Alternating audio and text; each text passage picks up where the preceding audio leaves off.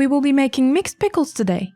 As we do not have a glass jar at home at the moment, we will be using a 5-liter plastic jar for this tutorial. If you have a glass jar, we would recommend that you use it instead.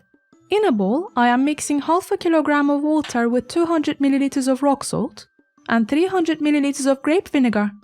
I am stirring this mixture until the salt dissolves. It would even be easier if the water is lukewarm. I suggest using bottled water for this tutorial. You would also need to boil and let it cool down. This way it wouldn't be cloudy. I am placing cabbage leaves at the bottom of the jar. I rinsed and chopped these leaves before doing this. After adding some cabbage leaves, I am adding some of the other vegetables in between. Carrots and cucumbers are all cleaned up and rinsed thoroughly. I chopped them in rounds.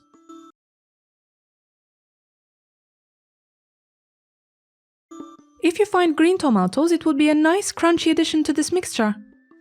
I also chopped them in rounds after rinsing them.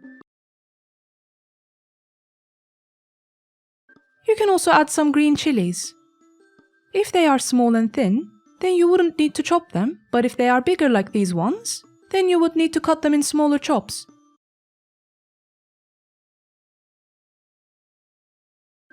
If you like garlic, then you can also add a couple of cloves to the jar. Make sure you do not push down a lot of ingredients inside the jar, otherwise that will break the cabbage leaves.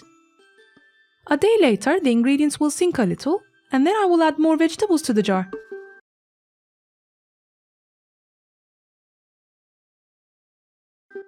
I am filling it with the water and salt vinegar mix. I will close it tightly when it's filled up to the brim and wait for a day. Tomorrow I will open it and press down on the vegetables, which will make them sink to the bottom very easily. Then I will place some more of the same vegetables to fill it again.